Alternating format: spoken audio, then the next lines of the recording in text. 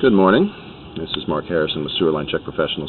I'm back out here at 2666 Aberdeen Avenue in Los Angeles, and I'm here in the process of performing the follow-up video examination of the main sewer line here for David Leventhal. We were out here on December 12th and weren't able to get all the way through the line due to a blockage, and there was quite a bit of root intrusion throughout the line, making it really hard to see. We came across several different types of piping, several different areas of repair or rehabilitation. What we recommended was a full hydrojet cleaning of the system, and then a snaking of that short branch coming out of the front of the house. The hydrojetting was done from the lower cleanout out to the city sewer, so I'm able to push my camera here, and we're looking out into city sewer. But the upper end, did not get cleaned. We're going to pull the camera back and examine the line, and I may not even bother recommending another cleaning. You can see here right at the city connection, this pipe is broken. So that Y fitting is actually cracked and broken there. What's occurred through this lateral pipe is much like the short section up under the front yard that had a lining system installed. They installed a liner through this, and it stops just short of the city connection.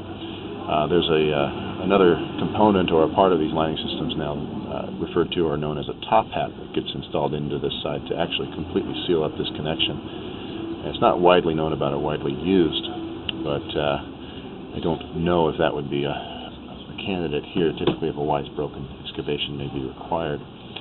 Now, a couple of things occurring here as we pull back into the liner. You see that strip there is falling loose, and we have that other section of liner that was collapsing slightly at the end. We've got a couple sections of plastic in here that aren't really keeping the roots out. As we pull back up into the vertical drop that we had that blockage in prior, we have a broken pipe. We've got a couple of breaks in here, and really it's kind of a hodgepodge of past repairs and rehabilitation methods. You can see here that liner starts there, and then we've got a short section of clay.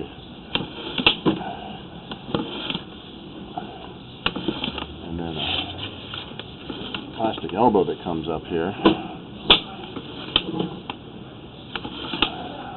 And then that broken section of plastic.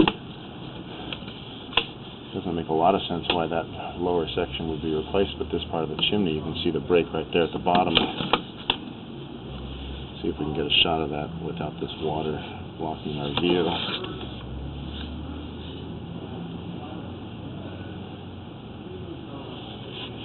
Because of that slow drainage in those areas, the water is continuing to drain out, making it difficult to see this.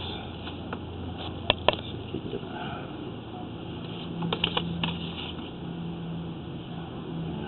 I'm not going to get a picture of that to illustrate on the written report, but you can see it clearly here during the video. Right as we make that drop, see the break right there. There we go. See if that'll take the photograph there. Okay. Now we're pulling back through that old section of cast iron, which again, heavy rust and scale buildup, really right near the end of its useful service life.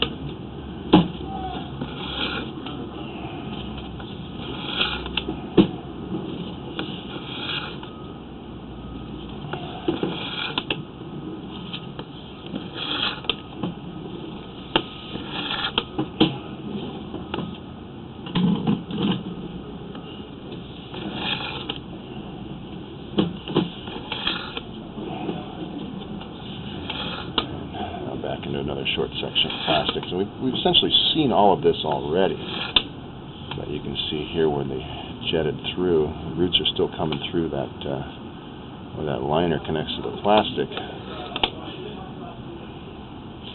And again, this section of the liner is starting to collapse. Now originally when these lining systems came out, they were talked about as being, you know, the pipe within the existing pipe,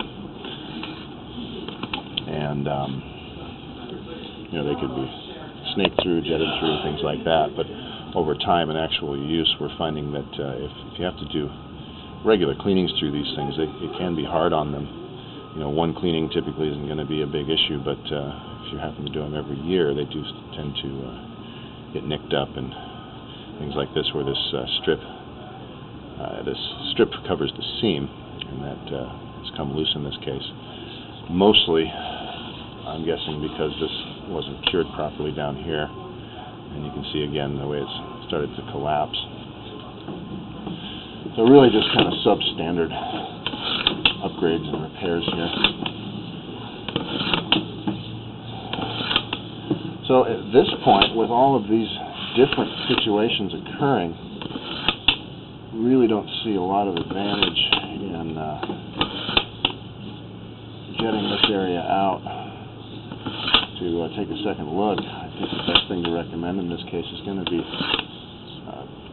probably a full rehabilitation or replacement of this line, especially that lower end with all those breaks that we found. This section of clay, with the exception of that one area, didn't look too bad, but you know, more than likely combination or rehabilitation and replacement is going to be necessary. We'll pull back through this area here just to kind of illustrate it again, what we're talking about. Maybe a good idea to clean the line just so that it is flowing normally, but don't see a lot of point in a second follow-up at this point.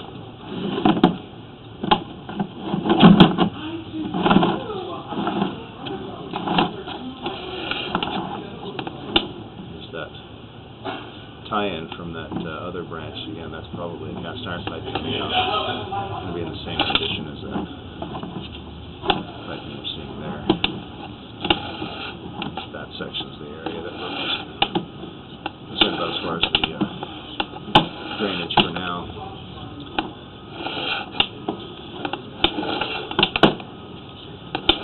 All right, so we'll go ahead and just pull the camera out, and we'll wrap up the follow-up examination for today. Issuing another written report, which is going to basically just say that we recommend a qualified and reputable sewer contractor come out to determine the best method of rehabilitation or replacement for this system. It's just really beyond its useful life in areas. More importantly, the work that has been done is substandard, and those type of repairs really don't mesh well together. They don't. They create their own problems, and when you've got a hodgepodge like that, it's just a problematic situation. All right, so we'll go ahead and wrap up the video recording. Once again, this is Mark Harrison with Sewer Line Check Professionals. Thank you very much, and have a pleasant day.